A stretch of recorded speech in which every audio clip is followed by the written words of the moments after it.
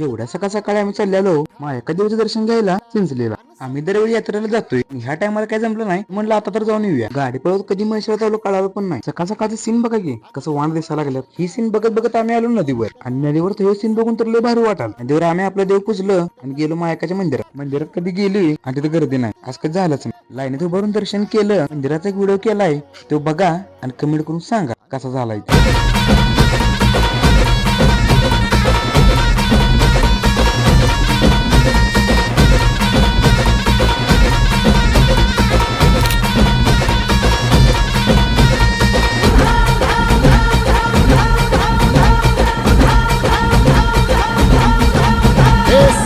शृंगवासिनी तुझा गोंधळ,